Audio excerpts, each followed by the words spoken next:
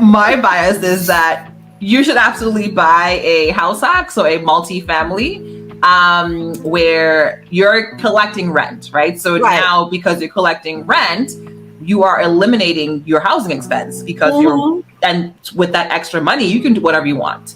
But that's my bias. The reality is that, what type of house is perfect for you depends on what your goal is, right? And your situation. And so before you go ahead and buy that house, you have to ask yourself, what is the goal of buying this property? So is your goal to build wealth? Is your goal to reduce your housing expense?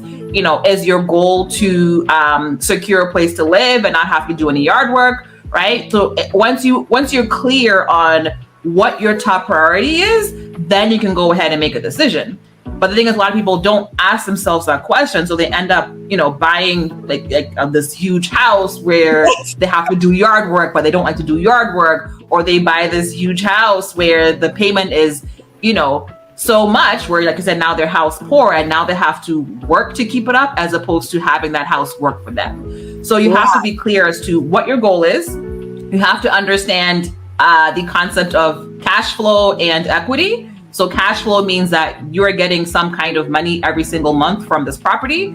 Equity means that the amount that you paid for this house is less than what it's actually worth, and that's how you build wealth. So if you're not thinking about these two things when you're buying, and if you're not asking yourself what your goal is, you might not end up in a situation where you are just buying because that's what you're told you're supposed to do, but you're not actually building wealth. And real estate has the potential to build wealth for you rapidly if you buy intentionally and if you're clear on your path towards your end goal.